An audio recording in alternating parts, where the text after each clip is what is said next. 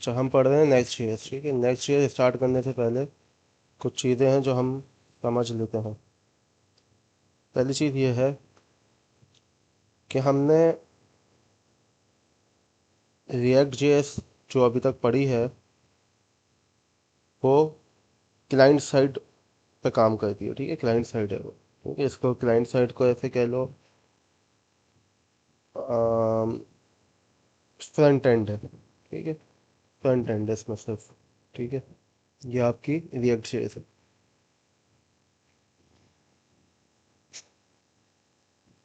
React JS काम कैसे करती थी हमने पढ़ा था कि अगर मैं यहाँ पे एक प्रोजेक्ट खोल लूँ,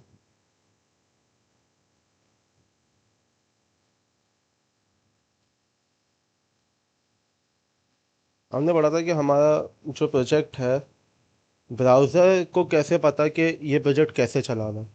ठीक है, कैसे पता? ब्राउज़र के पास ये कैसे जाएगा जब हम इसकी बिल्ड बनाएंगे तो क्या होगा?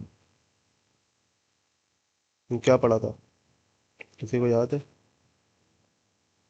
3 फाइल्स बनती हैं। ठीक है, अब ब्राउज़र ये 3 फाइल्स ही समझता है। ठीक है, अगर मैं इसकी बिल्ड बनाऊँ यहाँ पे npm run बिल्ड करके, बिल्ड बनाने का मतलब क्या है कि अब मुझे ये डिप्लॉय करना है। ठीक है, और डिप्लॉय में क्या करूँगा, ये फोल्डर जो अभी भी बना है डिस्ट के नाम से, डिस्ट मतलब डिस्ट्रीब्यूशन, डिस्ट्रीब्यूटेबल, कुछ भी कह दे इसको। ठीक है, तो ये वो फोल्डर है जो मैं सर्वर पे रखूँगा और मेरा पूरी एप्लीकेशन चलेगी। ठीक है, ये यहाँ से लेके नीचे तक कोई भी फाइल में सर्वर पे नहीं रखूँगा, सर्वर पे सिर्फ ये जाएगा। ठीक है, इसके अंदर क्या है, इसके अंदर एक index dot H T M L है। ठीक है, इसके अंदर कुछ जावास्क्रिप्ट है। अगर मैं एसिड्स में जाऊँ तो ये जावास्क्रिप्ट है और ये सी एस एस है। ये जावास्क्रिप्ट, ये सी एस एस, ये निचोड़ है मेरी पूरी एप्लीकेशन का। ठीक है, इस तरीके से कुछ काम करता है। इसी में एक बेनिफिट अगर मैं डिस्कस करूं कि तुम लोग देखते हो कि रिएक्ट की कोई एप्लीकेशन है, उसमें अलग अलग पेजेस हैं। अबाउट का अलग पेज है, कॉन्टैक्ट का अलग पेज है और होम का अलग पेज है। तो क्या लगता है क्या हो रहा होगा? अलग अलग पेजेस कैसे हैं जब यहाँ पे एक index dot H T M L ही है? यहाँ तो कोई about dot H T M L या contacts dot H T M L नहीं है। जावास्क्रिप्ट की भी एक ही फाइल है। क्या हो रहा होगा? हम्म, नहीं, मैं ये पूछ रहा हूँ कि जब ये 3 फाइलें ही हैं, ब्राउज़र को कैसे पता कि ये पेज अलग है, ये पेज अलग है? कैसे बता रहा होगा कि इस पेज पे जाना है, इस पेज पे जाना है? हम्म,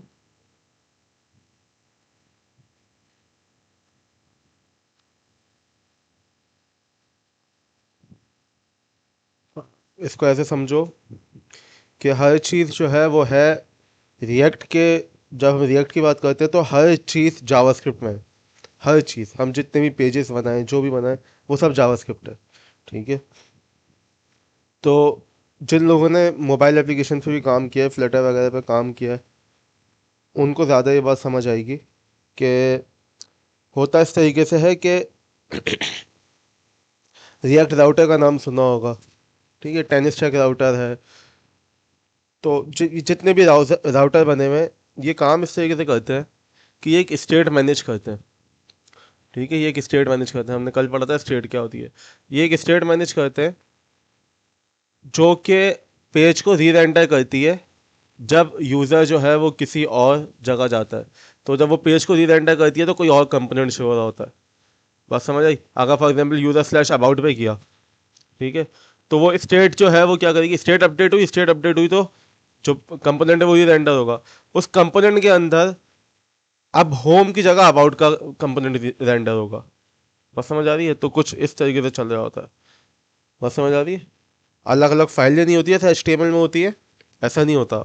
रिएक्ट में यही 3 फाइलें जाती हैं। ठीक है, और जावास्क्रिप्ट है जो मैनेज कर रही होती है कि यूज़र अब इस पेज पे गया, अब इस पेज पे गया, स्टेट के जरिए मैनेज कर रही होती है। ठीक है, जिन लोगों ने फ्लटर पे काम किया वो रिवर पॉड वगैरह यूज़ करते हैं, वो इसी तरीके से करते हैं।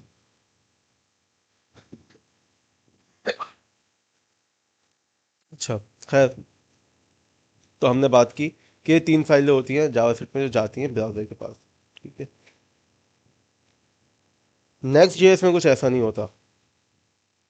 यहाँ पे हर चीज़ क्या कौन सी चीज़ हैंडल करी थी, कौन सी लैंग्वेज? जावास्क्रिप्ट हैंडल करी थी। पेज चेंज करना भी सब कुछ जावास्क्रिप्ट हैंडल करी है।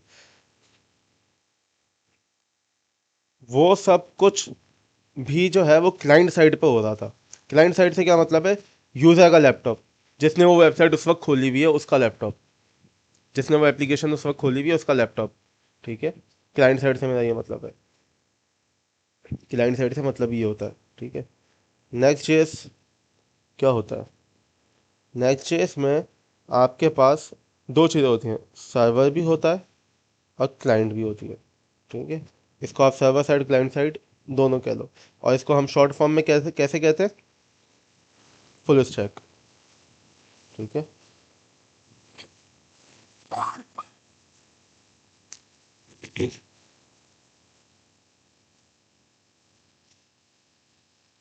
अच्छा,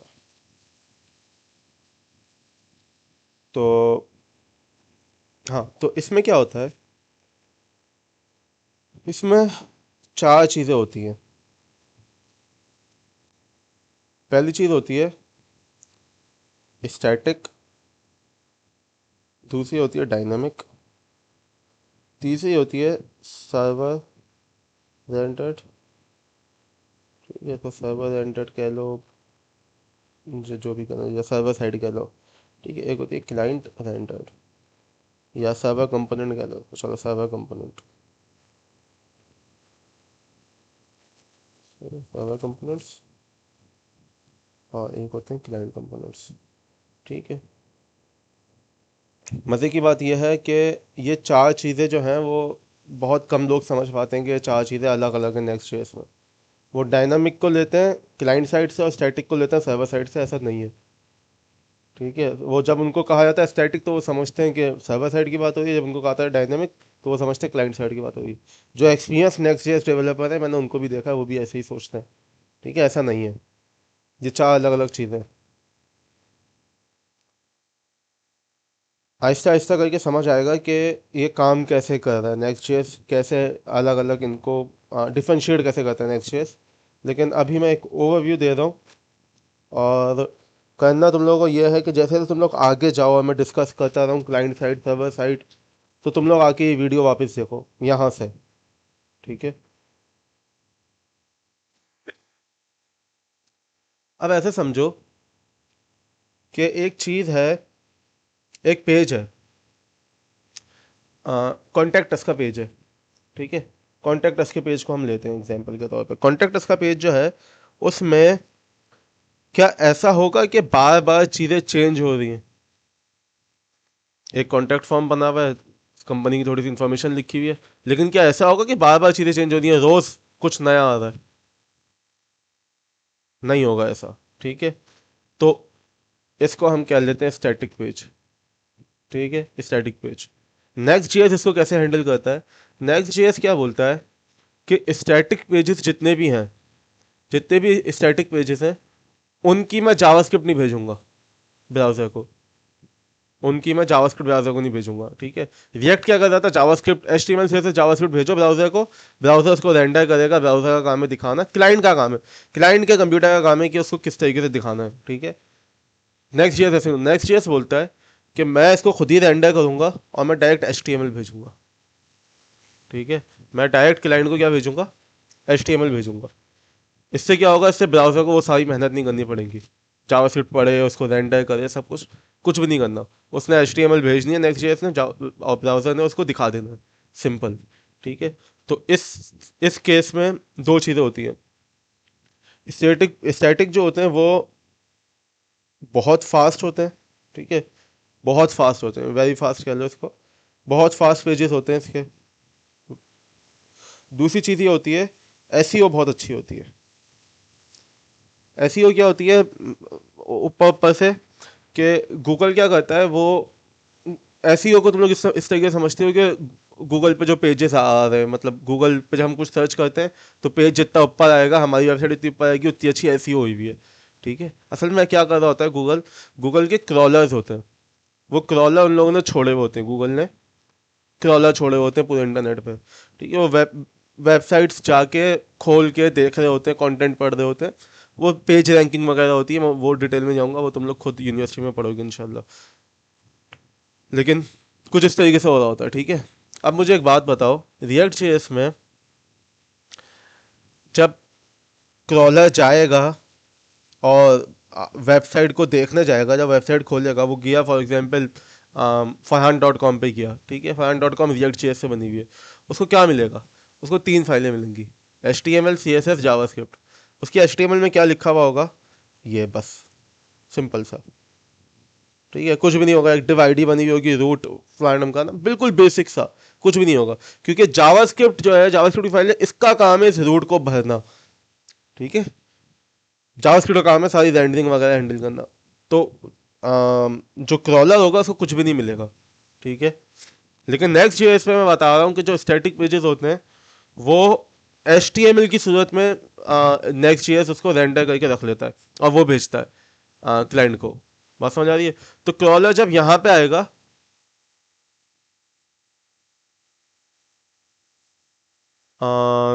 उसका मुंह, क्रॉलर जब यहाँ पे आएगा, आ, इसके पास नेक्स्ट जेएस पे जो एप्लीकेशन बनी है, फॉर एग्जांपल साकिब.com बनी है नेक्स्ट जेएस पर, ठीक है, और साकिब का जो होम पेज है वो स्टैटिक है।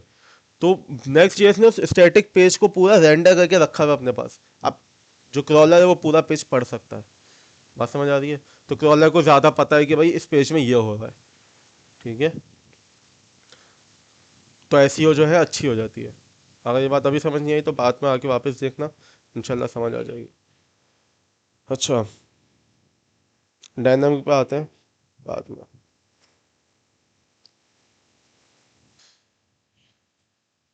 अच्छा, अब एक चीज़ होती है डायनामिक, ठीक है। डायनामिक क्या है कि फॉर एग्जाम्पल एक पेज चेंज हो रहा है, एक पेज चेंज हो रहा है, जैसे कि कोई पेज है, ब्लॉग है फॉर एग्जाम्पल कोई, ठीक है। ब्लॉग टाइप के जो पेजेस होते हैं, जो ब्लॉग टाइप के CMS वगैरह होते हैं, इनके लिए एक अलग से फ्रेमवर्क आया था, इस रिएक्ट को कॉपी करके बनाया गया था, जिसका नाम था गेट्सबी। किसी को अगर याद हो, किसी ने अगर नाम सुना हो, गेट्सबी बहुत मशहूर हुआ था एक वक्त में। वो इसलिए मशहूर हुआ था जो मैं बताने वाला हूँ। नेक्स्ट जेएस ने उसको इंटीग्रेट किया अपने उसमें, उस कॉन्सेप्ट को क्या किया, डायनामिक पेजेस जो चेंज हो रहे हैं, ठीक है, लेकिन इतने ज़्यादा चेंज नहीं होते। कोई ब्लॉग है, ब्लॉग अपडेट होता है हफ्ते में एक दफ़ा, हफ्ते में एक दफ़ा नई पोस्ट आती है ब्लॉग पे, ठीक है, दिन में एक दफ़ा, ठीक है। इतना ज़्यादा चेंज तो नहीं है जो रियल टाइम चेंज हो रहा हो। ऐसा तो नहीं है ना कि हर वक्त 24 घंटे चेंज ही हो रहा है, हर सेकंड चेंज हो रहा है, ऐसा नहीं होता, ठीक है। तो ये क्या है कि नेक्स्ट चेस बोलता है कि हम इसको किस तरीके से हैंडल करेंगे, कि हम इसका HTML बना के रखेंगे, ठीक है, और इसमें थोड़ी सी जावास्क्रिप्ट भी रखेंगे हम, ठीक है। मैं बहुत ज़्यादा हाई लेवल बता रहा हूँ, अभी जब हम करेंगे ना तब तुम लोगों को और बहुत अच्छे से समझ आ जाएगा। बस ये वीडियो आके वापस देखना जब समझना है। अच्छा, तो हम इसकी HTML जनरेट करके रख लेंगे। क्यों? क्योंकि HTML बहुत फास्ट होती है।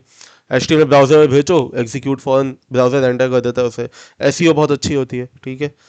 लेकिन अब क्योंकि ये ब्लॉग जो है हर एक घंटे बाद जो है इसमें नई पोस्ट आनी है, तो हम क्या करेंगे, हम इसमें जावास्क्रिप्ट भी लगाएंगे थोड़ी सी, ठीक है। वो क्या कर रही होगी कि जब भी सर्वर से हमारे पास ये बात आएगी कि भाई नई पोस्ट चाहिए, हम इस पेज को वापस से HTML में कन्वर्ट करेंगे, वापस से रेंडर करेंगे और इसकी HTML रख लेंगे। अब वो नई वाली HTML भेजेंगे, समझ बात। सर्वर ने बताया भाई एक तीसरी पोस्ट चाहिए, ठीक है, इसको इसको उस वक्त याद रखना, रीवैलिडेट, ठीक है, ये बस ये वर्ड याद रखना, ये हम करेंगे रीवैलिडेट, ठीक है, हम ये यूज़ करेंगे। अच्छा, तो क्या कि बेसिकली सर्वर बताता है कि इस पेज को रीवैलिडेट कर दो। रीवैलिडेट का मतलब क्या है, इसको फिर से जो है डेटाबेस से वो ब्लॉक की नई पोस्ट लेकर आओ और अब वो दिखाओ, उसको HTML में कन्वर्ट करो। वो HTML का पेज जो है, जब भी ब्राउजर मांगे तो HTML का वो वाला पेज लौटाओ जो अभी अभी रेंडर हुआ है। बात समझ आई? एक नई पोस्ट आ गई डेटाबेस में, सर्वर ने नोटिफाई किया किसको, एच टी एम एल को, सही है, समझो एक तरीके से एच टी एम एल को नोटिफाई किया कि भाई वो जो जावास्क्रिप्ट का छोटा सा टुकड़ा था ना उसको नोटिफाई किया कि भाई नई पोस्ट आई है। वो क्या करेगा, वो इस पेज को वापस से रेंडर करेगा एच टी एम एल में, ठीक है, नई पोस्ट के साथ। और अब वो पेज भेजा करेगा जब भी वो रिक्वेस्ट किया जाएगा। सही है। हाँ, H T M L change होती रहेगी, जब जब सर्वर बोलेगा एच टी एम एल फिर से नई आ जाएगी।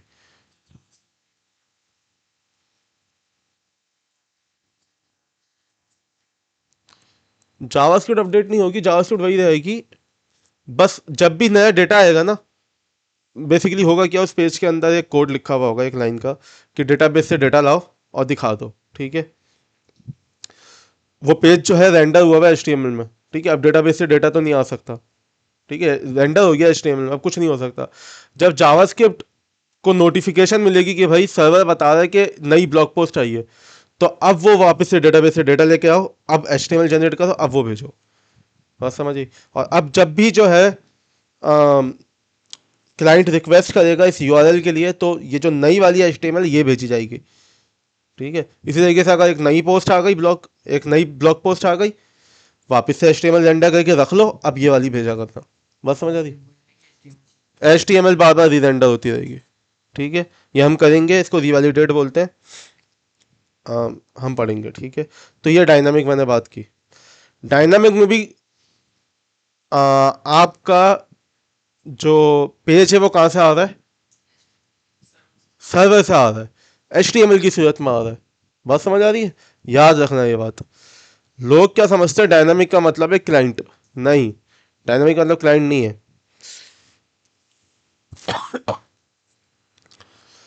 डायनामिक का मतलब है कि वो पेज चेंज हो रहा है लेकिन सर्वर पे ही चेंज हो रहा है, ठीक है। अब आता है सर्वर कंपोनेंट। सर्वर कंपोनेंट अभी तक जो मैं बता रहा था, जिसकी एचटीएमएल कहाँ से आ रही है, सर्वर से आ रही है, ठीक है। जो स्टैटिक है या डायनामिक है, हमने क्या पढ़ा, स्टैटिक और डायनामिक दोनों। हम चाहें तो हम बोल सकते हैं सर्वर को भाई तुम संभालो, ठीक है, सर्वर को बोल सकते हैं भाई तुम संभालो, तुम इसको रेंडर करना और मुझे सिर्फ एचटीएमएल देना। बात समझ आ रही है। ये सर्वर कंपोनेंट्स है। ये बटन भी हो सकता है, ये कुछ भी हो सकता है, पेज हो सकता है, कुछ भी हो सकता है, ठीक है। हम इसकी एचटीएमएल कहाँ से मंगवा रहे हैं, सर्वर से मंगवा रहे हैं, ठीक है। बात समझ आती है। क्लाइंट कंपोनेंट, ठीक है, इसको कह लो सर्वर रेंडर्ड, ठीक है। क्लाइंट कंपोनेंट नाम से जाहिर है कहाँ पे रेंडर होंगे, क्लाइंट रेंडर्ड, यानी यूज़र के लैपटॉप पे रेंडर होंगे। जिस यूज़र जो यूज़र वेबसाइट खोलेगा उसकी उसके ब्राउज़र पे, उसके लैपटॉप पे रेंडर होंगे, ठीक है। हम क्लाइंट कंपोनेंट क्यों बनाते हैं, जब हमें जब कोई ऐसा पेज है जो कि बहुत ज़्यादा इंटरेक्टिव है, यूज़र इंटरेक्टिव है, तो हम क्या बनाते हैं, क्लाइंट कंपोनेंट बनाते हैं। मैं फॉर एग्जांपल मैं यहाँ पे एक इनपुट बनाता हूँ, उस इनपुट पे जाके लिखता हूँ मोहिब, ठीक है, जैसा हमने किया था कल, ठीक है। और नीचे लिखा हुआ आ रहा है हेलो मोहिब। अगर मैं यहाँ पे जाके चेंज करता हूँ, अगर मैं यहाँ पे लिखता हूँ स्पेस अहमद, तो नीचे भी क्या लिखा हुआ है, स्पेस अहमद। यही किया था हमने।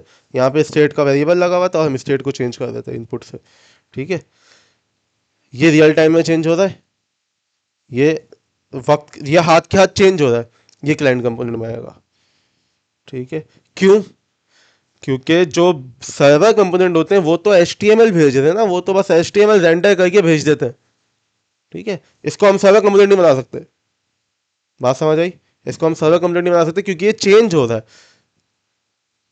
अगर ये चेंज नहीं हो रहा था तो हम इसको भी सर्वर कंपोनेंट बना देते, लेकिन ये चेंज हो रहा है। इधर जावास्क्रिप्ट काम हो रही है, जावास्क्रिप्ट काम कर रही है रियल टाइम में, हर वक्त काम कर रही है। वो बार बार देख रही है कि मैंने एम लिखा है तो इधर एम लगा देना है, समझ आ रही है। इधर जावास्क्रिप्ट काम में है, तो इसको हम क्लाइंट कंपोनेंट बनाएंगे, सर्वर कंपोनेंट नहीं बना सकते क्योंकि इसमें जावास्क्रिप्ट काम कर रही है। इसी तरीके से कुछ एग्जांपल ले लेते हैं। फॉर एग्जांपल एक साइड बार है, साइड बार समझ आता है, साइड बार के, एक साइड बार है, मेन्यू पे क्लिक करो साइड बार बाहर आता है खुल के, तो ये समझ आता है।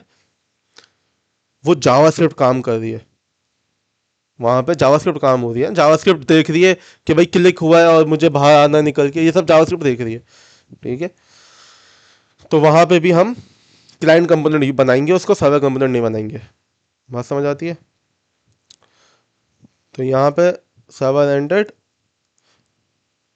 ओनली HTML, ठीक है। और ये क्या है, ये सोलह HTML प्लस जावास्क्रिप्ट। बात समझ आती है, चार चीज़ें अलग अलग हैं, समझ आ गई। स्टैटिक मतलब कि पेज में कुछ चेंज नहीं हो रहा, सर्वर को बोलो भाई तू रेंडर कर, तू संभाल सब कुछ, बस ब्राउज़र पे HTML भेज दे, HTML ब्राउज़र फ़ोन हाथ के हाथ दिखा देगा। डायनेमिक मतलब चेंज होता है, बहुत कम चेंज होता है, जब भी चेंज हो तो सर्वर को बोलो भाई HTML फ़ोन जनरेट करो और वो भेज दो, ठीक है। अभी ब्राउज़र के पास HTML ही रही है, ठीक है, जावास्क्रिप्ट कुछ भी नहीं आ रही। सर्वर कंपोनेंट यही जो मैंने अभी बताया कि सर्वर ही रेंडर करके भेजेगा, ठीक है। क्लाइंट कंपोनेंट के कोई ऐसी चीज़ है जो जिसमें जावास्क्रिप्ट बहुत ज़्यादा काम कर रही है, साइड बार आ रहा है, कोई इनपुट लगे हुए हैं और रियल टाइम कुछ चेंज हो रहा है, हर सेकंड में आप कुछ चेंज कर रहे हो, तो वहाँ पे आप क्लाइंट कंपोनेंट यूज़ करोगे जो कि यूज़र के कंप्यूटर पे रेंडर होगी। क्लाइंट कंपोनेंट में ऐसी नहीं होती। हाँ, नहीं, लेकिन नेक्स्ट जेएस से जो रियल टाइम जो एंड में एप्लीकेशन आएगी ना, क्योंकि उसमें कुछ पेजेस क्या होंगे, स्टैटिक होंगे, तो आपका ऐसे ही अच्छा काम करेगा। बात समझ आई। आप क्लाइंट कंपोनेंट में ना पूरे पूरे पेजेस नहीं डालते आमतौर पे, जो लोग पूरे पूरे पेजेस डालते हैं ना उनको सिर्फ रिएक्ट पे काम करना आता है, उनको सर्वर साइड पे काम करना नहीं आता, ठीक है। तो आप क्या करते हो नेक्स्ट जेएस में कि छोटे छोटे टुकड़े डालते हो क्लाइंट कंपोनेंट, छोटे छोटे टुकड़ों को बनाते हो क्लाइंट। फॉर एग्जांपल एक इनपुट है, एक फॉर्म है, ये फॉर्म बहुत ज़्यादा इंटरेक्टिव है, इस पर बहुत ज़्यादा जावास्क्रिप्ट काम कर रही है, तो मैं इसको क्लाइंट कंपोनेंट बना दूंगा, मेरा पूरा बाकी का पेज HTML है, सर्वर कंपोनेंट है। बात समझ आती है। तो हम देखेंगे इसको रियल टाइम में। खैर, ये कॉन्सेप्ट हमें समझ आ गया, ये चार चीज़ें हमें समझ आ गई। शुरू की तीन चीज़ों में से HTML जाएगी, जावास्क्रिप्ट के साथ HTML। आप स्टैटिक को भी क्लाइंट कंपोनेंट बना सकते हो, ठीक है। कोई चीज़ स्टैटिक है, डेटा चेंज नहीं हो रहा, लेकिन उसमें जावास्क्रिप्ट जो है वो बहुत ज़्यादा काम कर रही है, बहुत ज़्यादा जावास्क्रिप्ट लगी हुई है उसमें, साइड बार लगा हुआ है, फॉर एग्जांपल इनपुट लगे हुए हैं, फॉर्म लगा हुआ है, ठीक है। तो बहुत ज़्यादा जावास्क्रिप्ट लगी हुई है, वो चेंज नहीं हो रहा पेज, लेकिन जावास्क्रिप्ट लगी हुई है कि यूज़र को अच्छा दिखाना है, UI बहुत अच्छी हुई हुई है, UX बहुत अच्छी हुई है, तो उसको आप क्या बनाओगे, क्लाइंट कंपोनेंट बना दोगे। बात समझ आई। इस तरीके से ये चार चीज़ें अलग अलग है, स्टैटिक सर्वर कंपोनेंट भी हो सकता है, क्लाइंट कंपोनेंट भी हो सकता है। बात समझ आ रही है।